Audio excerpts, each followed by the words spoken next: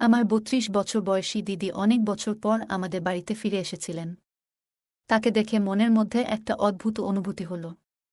একসময় সে নিজের পছন্দমতো কাজের খোঁজে অন্য শহরে চলে গিয়েছিল।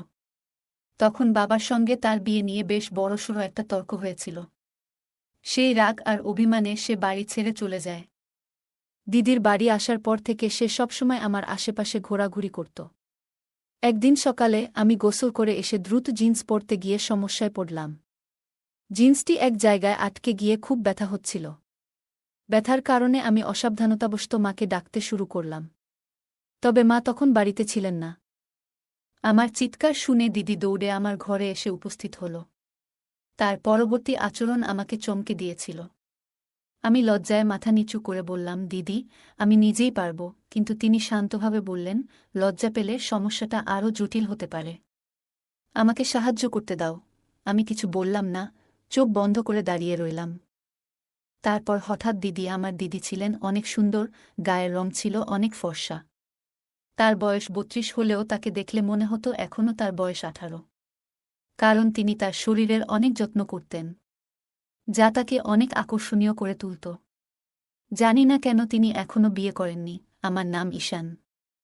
আমি ১০ম শ্রেণীর ছাত্র। আমার জীবন অন্য সাধারণ শিশুদের মতো ছিল না, কারণ বাবা মা দুজনেই কর্মজীবী।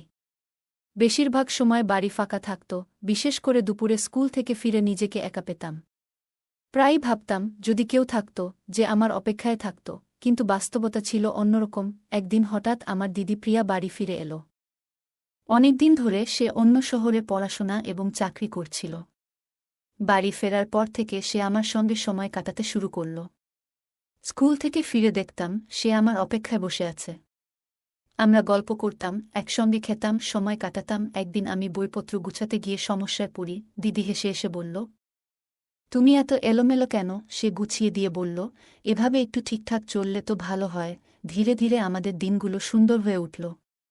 দিদি আমার জীবনের শূন্যতাগুলো পূরণ করল। তার বয়স ৩২ বছর, এখনও বিয়ে হয়নি। বাবা জানালেন সে কিছুদিন আমাদের সঙ্গে থাকবে। এই খবর যেন আমার জীবনে নতুন আলো নিয়ে এলো। অবশেষে আমার পাশে কেউ থাকবে, আমার গল্প শুনবে এবং যত্ন নেবে। বাড়ির দরজা পার হওয়ার সঙ্গে সঙ্গেই দিদি আমাকে দেখে গলা জড়িয়ে ধরল। সে হাসিমুখে বলল, তুই তো অনেক বড় হয়ে গেছিস ঈশান। তার কণ্ঠে এমন একটা মমতা আর ভালোবাসা ছিল, যেন আমি পৃথিবীর সবচেয়ে সুখী মানুষ। ওই মুহূর্তের অনুভূতি আমি কোনো কথায় প্রকাশ করতে পারব না। বাবা দিদির থাকার জন্য আমার ঘরে ব্যবস্থা করলেন। প্রথমে একটু অস্বস্তি লাগলেও, কারণ আমি কখনো আমার ঘর কারো সঙ্গে ভাগ করিনি, দিদির সঙ্গে ঘর শেয়ার করা আমার জন্য এক অন্যরকম অভিজ্ঞতা হল। আমি খুশি মনে রাজি হয়ে গেলাম। দিদি আসার পর থেকেই আমার জীবনে অনেক পরিবর্তন এলো। দুপুরে স্কুল থেকে বাড়ি ফিরে আমি দেখতে পেতাম দিদি দরজার সামনে আমার জন্য অপেক্ষা করছে। আমি ঘরে ঢুকতেই সে আমার স্কুল ব্যাগটা নিয়ে বলতো, আগে হাত ধুয়ে নে, তারপর খেতে বসবি। তার এই যত্ন আর ভালোবাসা আমার দিনগুলোকে আরও সুন্দর করে তুলেছিল। আমাদের সময়টা কাটত গল্প, হাসিঠাট্টা আর স্মৃতিচারণে। দিদি আমার পড়াশোনা এবং অন্যান্য বিষয়ে আমাকে সাহায্য করত। সে শুধু আমার দিদি নয়, আমার সবচেয়ে ভালো বন্ধুতে পরিণত হয়েছিল। দিদি শুধু আমার খাওয়া দাওয়া দেখাশোনা করত না, আমার পড়াশোনাতেও সাহায্য করত। এমনকি আমার হোমওয়ার্ক করতেও পাশে থাকত। আমি জানতাম দিদি বাড়িতে আসার পেছনে আরেকটি বড় কারণ ছিল। কয়েক মাস আগে আমার থাইরয়েড রোগের সমস্যা ধরা পড়ে। আমার বয়সে এটি খুবই অস্বাভাবিক ছিল এবং আমার জন্য একটি বড় ধাক্কা। এই রোগের চিকিৎসার জন্য আমাকে প্রতিদিন থাইরয়েডের ইনজেকশন নিতে হতো। একজন পুরুষ নার্স প্রতিদিন দুপুরবেলা আমার বাড়িতে এসে আমাকে ইনজেকশন দিত। সে খুব দায়িত্ব নিয়ে তার কাজ করত। যদিও ইনজেকশন নেওয়া আমার জন্য সহজ ছিল না, কিন্তু এটি ছাড়া আমার অন্য কোনো উপায় ছিল না। দিদি বাড়িতে আসার পর থেকেই আমার জীবন অনেক বদলে যায়। সে আমার স্কুল যাওয়া থেকে শুরু করে পড়াশোনার পুরো দায়িত্ব নিজের কাঁধে তুলে নেয়। সকালবেলা সে আমাকে সময়মতো ঘুম থেকে তুলে স্কুলের জন্য তৈরি করত। দুপুরে স্কুল থেকে বাড়ি ফেরার সময় দিদি দরজায় অপেক্ষা করত। ব্যাগটা আমার কাছ থেকে নিয়ে মিষ্টি করে জিজ্ঞেস করত, আজ স্কুল কেমন গেল? তার এই যত্ন এবং ভালোবাসা আমার জীবনের কঠিন সময়গুলোকে অনেক সহজ করে তুলেছিল। দিদি শুধু আমার দিদি নয়, সে আমার জীবনের এক বিশাল শক্তি হয়ে উঠেছিল। সেদিন তার কথাগুলো শুনে আমার মনের ভার অনেকটা কমে গিয়েছিল। সাম্প্রতিক সময়ে আমার শরীরের অবস্থা আগের মতো ছিল না। থাইরয়েড সমস্যার কারণে আমি দ্রুত ক্লান্ত হয়ে যেতাম এবং মাঝে মাঝে দুর্বলতাও অনুভব করতাম। দিদি আমার এই অবস্থা দেখে খুব চিন্তিত হয়ে পড়েছিল। তিনি আমার খাওয়া দাওয়ার প্রতি বিশেষ যত্ন নিতে শুরু করেন। নিজের হাতে খাবার বানিয়ে বলতেন, ঈশান, তুই খুব তাড়াতাড়ি ভালো হয়ে উঠবি। এই সবই তোর স্বাস্থ্যের জন্য জরুরি। যখন পুরুষ নার্স এসে আমাকে ইনজেকশন দিত, তখন দিদি আমার পাশে বসে থাকত। তিনি আমার হাত ধরে বলতেন, ভয় পাবি না, এটা খুব অল্প সময়ের ব্যাপার। তার কথায় আমি অনেকটা সাহস পেতাম। দিদি অনেক দিন ধরে বাড়িতে ছিল এবং আমার স্কুলে যাওয়া থেকে শুরু করে পড়াশোনার সমস্ত দায়িত্ব তিনিই সামলাতেন। এক রাতে হঠাৎ ঘুম ভেঙে গেল। কেন এমন হলো বুঝতে পারছিলাম না। ঘরটা আধা অন্ধকার ছিল, কিন্তু আমার শরীরে কারো স্পর্শ অনুভব করলাম। প্রথমে ভেবেছিলাম হয়তো এটা ভুলবশত ঘটেছে। হয়তো ঘুমের মধ্যে দিদির হাত আমার দিকে চলে এসেছে। কিন্তু এই অনুভূতি আমাকে অস্বস্তিতে ফেলতে শুরু করল। আমি কিছুক্ষণ চুপচাপ শুয়ে ভাবতে থাকলাম, হয়তো আমি ভুল বুঝছি। দিদির এমন কাজ ভুলবশতই হয়েছে। তিনি তো আমার বড় বোন, যার প্রতি আমি পুরোপুরি বিশ্বাস করি।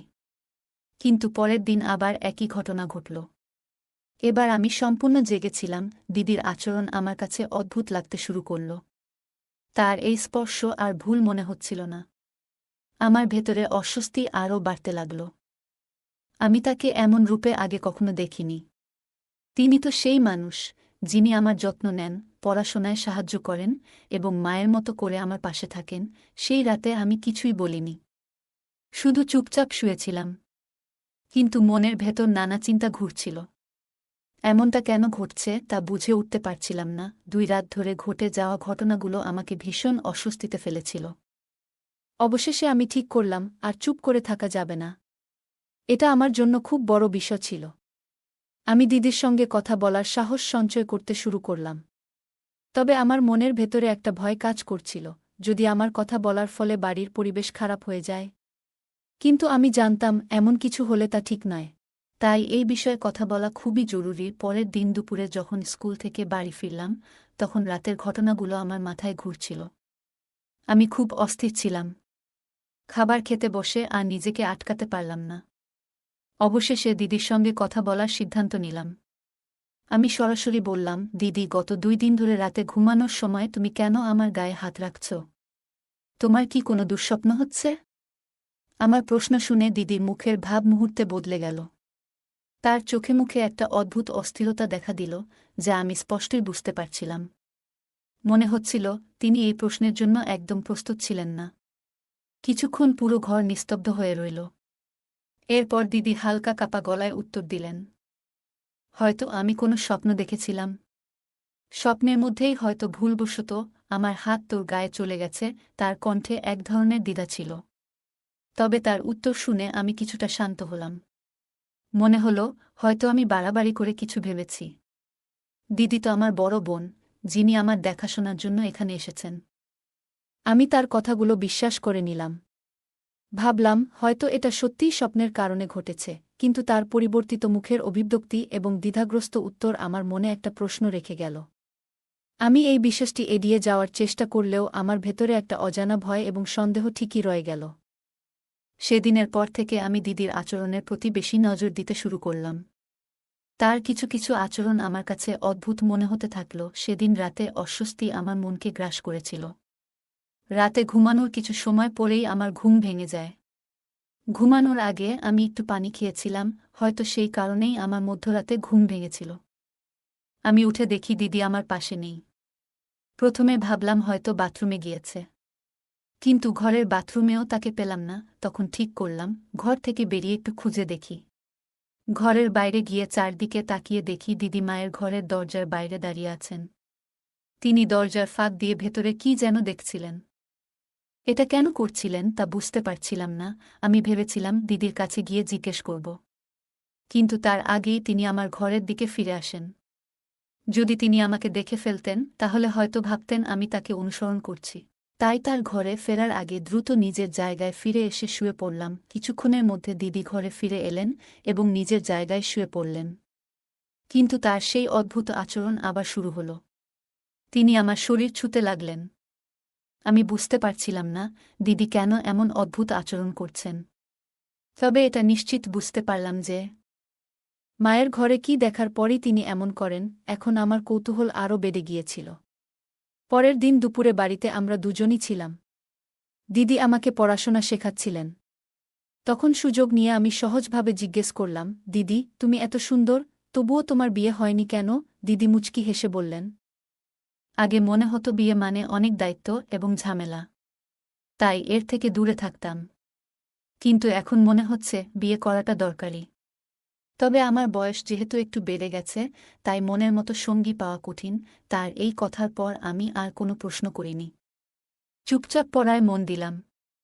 কিছুক্ষণ পরেই এক নার্স বাড়িতে এলেন আমাকে ইনজেকশন দিতে। ইনজেকশন নিয়ে আমি কিছুক্ষণ বিশ্রাম নিতে শুয়ে পড়লাম। ঘুম থেকে ওঠার পর খুব ক্ষুধা অনুভব করলাম। তখন দিদিকে ম্যাগি বানানোর কথা বললাম। তখন দিদি মায়ের ঘরে ছিলেন। আমি ঘরের কাছে গিয়ে দেখলাম দিদি নিজেকে আয়নায় দেখছেন। স্নান সেরে তিনি যেন নিজের 18 বছরের মেয়ে মনে করে দেখতে চেষ্টা করছিলেন। তাকে এমনভাবে আয়নায় নিজের প্রতি মগ্ন হতে দেখে আমি একটু হতবাক হয়েছিলাম। আমি চুপচাপ দাঁড়িয়ে অপেক্ষা করছিলাম যে কখন তিনি নিজের এই মগ্নতা থেকে বেরিয়ে আসবেন। আমি ক্ষুধার্ত ছিলাম, কিন্তু দিদি যেন নিজের এক অদ্ভুত জগতে ছিল। নিজেকে নায়িকা মনে করে আয়নার সামনে বিভিন্ন ভঙ্গিতে দাঁড়িয়েছিলেন।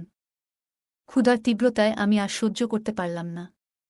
অবশেষে তার ঘরে গেলাম। আমাকে দেখে দিদি হালকা লজ্জা পেলেন এবং একটু হাসলেন। তিনি তখন স্নানের পোশাক পরা অবস্থায় ছিলেন। আমাকে দেখে বললেন, উঠে পড়েছ ঈশান? তাহলে বলো তো, আমি কেমন দেখাচ্ছি? আমি আসলে ক্ষুধার জন্য তার কাছে গিয়েছিলাম। কিন্তু দিদি যেন আমার মুখ থেকে নিজের প্রশংসা শোনার জন্যই অপেক্ষা করছিলেন। হঠাৎ তিনি আমার হাত ধরে আমাকে আয়নার সামনে নিয়ে গেলেন। এক হাত আমার গলায় রেখে পেছনে দাঁড়িয়ে বললেন, ঈশান, তোমার কি মনে হয় আমার কি এখনো বিয়ে করা উচিত?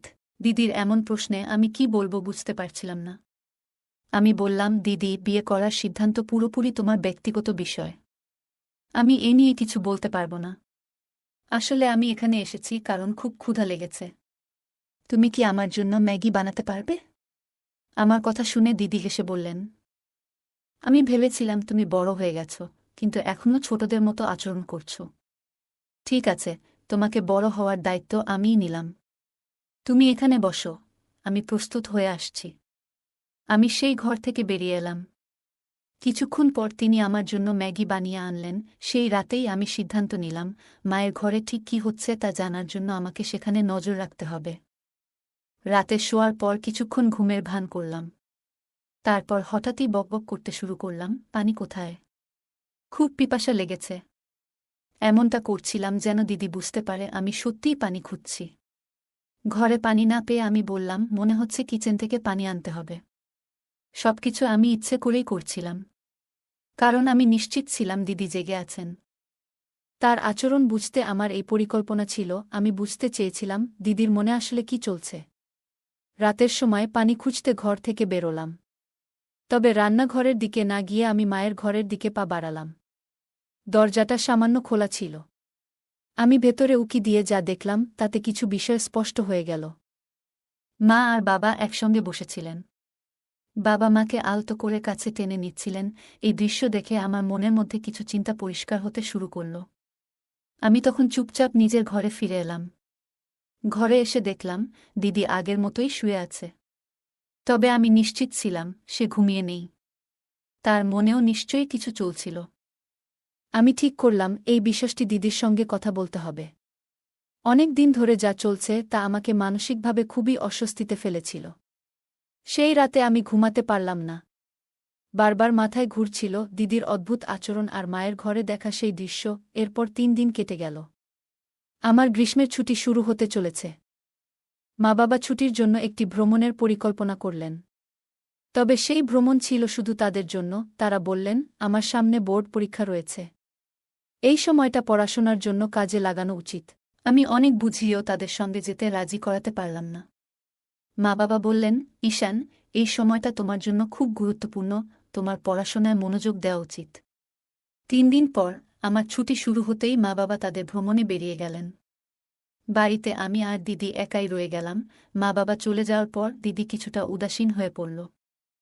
আমি তার পাশে গিয়ে বসে হাসতে হাসতে বললাম, দিদি, এখন তো তোমারও বিয়ে করার ইচ্ছে হচ্ছে, তাই না? এখানে এসে মা বাবাকে একসঙ্গে দেখে নিশ্চয়ই মনে হয় তোমারও এমন একজন থাকা উচিত যে তোমাকে ভালোবাসবে। আমার কথা শুনে দিদির চোখে পানি চলে এলো। সে কান্নার মধ্যে বলল, ঈশান, তুমি সত্যিই আমার মনের কথা বুঝে ফেলেছ। এরপর সে তার মনের কথা বলতে শুরু করল। সেদিন সকালে দিদি হঠাৎ আমাকে জড়িয়ে ধরে বলল, তুমি তো অনেক বড় হয়ে গেছ। আমি এতদিন ভেবেছিলাম তুমি এখনও ছোটই আছো। কিন্তু তোমার কথাগুলো শুনে মনে হলো তুমি এখন সত্যিই একজন পরিপক্ক মানুষ। তারপর দিদি বলল, তোমার কি সত্যিই মনে হয় এই বয়সে আমাকে কেউ পছন্দ করতে পারে? দিদির এই প্রশ্নের কোনো উত্তর আমার কাছে ছিল না। তবে সেই দিনের পর থেকে দিদির আচরণে এক আশ্চর্য পরিবর্তন দেখা দিল। দিদি মায়ের কিছু স্টাইলিশ পোশাক পরতে শুরু করলেন। দিদিকে ওই রকম পোশাকে দেখলে আমারও চোখ আটকে যেত। বিশেষ করে যখন তিনি মেকআপ করে সেজেগুজে আসতেন, তখন তিনি আমার কাছ থেকে প্রশংসা শোনার জন্য অপেক্ষা করতেন। শুধু তাই নয়, মাঝে মাঝে আমার সঙ্গে ছবি তুলতে চাইতেন এবং ইচ্ছাকৃতভাবে আমার কাছাকাছি থাকতেন। তার আচরণ আমার মনে কিছুটা অস্বস্তি তৈরি করেছিল। তবে আমি কিছু বলিনি। একদিন সকালে আমি গোসল করে এসে দ্রুত জিন্স পরতে গিয়ে সমস্যায় পড়লাম। জিন্সটি এক জায়গায় আটকে গিয়ে খুব ব্যথা হচ্ছিল। ব্যথার কারণে আমি অসাবধানতাবশত মাকে ডাকতে শুরু করলাম। তবে মা তখন বাড়িতে ছিলেন না। আমার চিৎকার শুনে দিদি দৌড়ে আমার ঘরে এসে উপস্থিত হল। তার পরবর্তী আচরণ আমাকে চমকে দিয়েছিল। তিনি আমাকে জিজ্ঞাসা করলেন, কি হয়েছে ঈশান? আমি সবকিছু খুলে বললাম। তিনি হেসে বললেন, তোমার মাও বাড়িতে নেই, তাই তোমার সমস্যা মেটাতে এখন আমাকেই এগিয়ে আসতে হবে। আমি লজ্জায় মাথা নিচু করে বললাম, দিদি, আমি নিজেই পারব। কিন্তু তিনি শান্তভাবে বললেন, লজ্জা পেলে সমস্যাটা আরও জটিল হতে পারে। আমাকে সাহায্য করতে দাও। আমি কিছু বললাম না, চোখ বন্ধ করে দাঁড়িয়ে রইলাম। কয়েক মিনিটের মধ্যেই তিনি সমস্যার সমাধান করে দিলেন, আর আমি স্বস্তি পেলাম। তবে ওই ঘটনার পর দিদির আচরণে এক ধরনের পরিবর্তন দেখা গেল। তিনি বললেন, ঈশান, আমি সবসময় তোমাকে ছোট মনে করতাম, কিন্তু এখন বুঝতে পারছি তুমি অনেক বড় হয়ে গেছ। তার কথায় আমি একটু অপ্রস্তুত হয়ে গেলাম। সেদিন সন্ধ্যায় দিদি বললেন, মা বাড়ি না ফেরা পর্যন্ত আমি তোমার দায়িত্ব নিচ্ছি। আমি লজ্জায় না বলতে চেয়েছিলাম, কিন্তু তিনি জোর দিয়ে বললেন, তোমার ভুল যাতে আর না হয় সেটা দেখা আমার দায়িত্ব। পরের দিন দুপুরে যখন আমি ঘুমাচ্ছিলাম না, টিভি চালিয়ে বসেছিলাম। হঠাৎ টিভির আওয়াজ শুনে দিদি মায়ের ঘর থেকে বেরিয়ে এলেন। তার অভিব্যক্তি দেখে মনে হল তিনি আমার প্রতি আরও খেয়াল রাখার সিদ্ধান্ত নিয়েছেন। তিনি সেদিন মায়ের একটি স্টাইলিশ পোশাক পরেছিলেন এবং তার চলাফেরায় কিছুটা ভিন্নতা লক্ষ্য করলাম। একদিন দিদি বললেন, ঈশান, আজ তোমার জন্য আমি বিশেষ করে পানিপুরি বানিয়েছি। আমি হেসে বললাম, ঠিক আছে, আনো। দিদি কিচেনে যাওয়ার আগে টিভি বন্ধ করে দিলেন। তবে আশ্চর্যজনকভাবে তিনি আমাকে হলের পরিবর্তে আমার ঘরে নিয়ে গেলেন। সেখানে আমাকে বিছানায় বসিয়ে নিজের হাতে পানিপুরি খাওয়াতে শুরু করলেন। পানিপুরি খাওয়ানোর সময় দিদি বারবার আমার চুলে হাত বুলিয়ে বলছিলেন, তুমি অনেক বুদ্ধিমান হয়ে গেছ, এখন তো অনেক বড় হয়ে গেছ। তার পারফিউমের গন্ধ পুরো ঘরে ছড়িয়ে পড়েছিল। কিছুক্ষণ পর আমার চোখ ভারী হয়ে এলো এবং আমি ঘুমিয়ে পড়লাম। যখন ঘুম ভাঙল, তখন মাথাটা ভারী লাগছিল। আমি ধীরে ধীরে উঠে বসলাম। কিছু সময় পর দিদি ঘরে ঢুকে এক অদ্ভুত হাসি নিয়ে বললেন, ঈশান, তুমি জানো না তুমি আমার জীবনে কত আনন্দ নিয়ে এসেছ। আমি তার কথা ঠিকমতো বুঝতে পারছিলাম না, শুধু মাথা নেড়ে সাড়া দিলাম। এরপর দিদি বললেন, ফ্রেশ হয়ে এসো, আমরা অনেক মজা করব। ফ্রেশ হয়ে যখন ঘর থেকে বের হলাম, তখন দেখলাম দিদি আমার পছন্দের গান চালিয়েছেন। সাধারণত তিনি ড্যান্স বা ডিজে গান একেবারেই পছন্দ করতেন না, কিন্তু সেদিন তিনি নিজেই আমার হাত ধরে বললেন, চলো নাচি। আমাকে ড্যান্স শেখাতে শেখাতে দিদি বললেন, তোমার সাথে আজ এত মজা হচ্ছে, মনে হচ্ছে দিনগুলো খুব সুন্দর হয়ে গেছে। দিন যেতে লাগল এবং আমি বুঝতে পারছিলাম না কেন দিদি এত খুশি থাকছেন। তবে প্রতিদিন দুপুরে ঘুম থেকে ওঠার পর শরীরটা ক্লান্ত লাগত।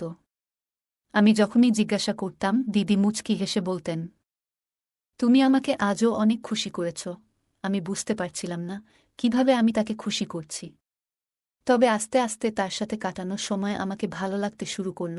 শুরুতে কিছুটা অস্বস্তি থাকলেও ধীরে ধীরে আমি দিদির আচরণে অভ্যস্ত হয়ে পড়লাম। আমাদের সম্পর্কের মধ্যে এক ধরনের নতুনত্ব আসতে লাগল।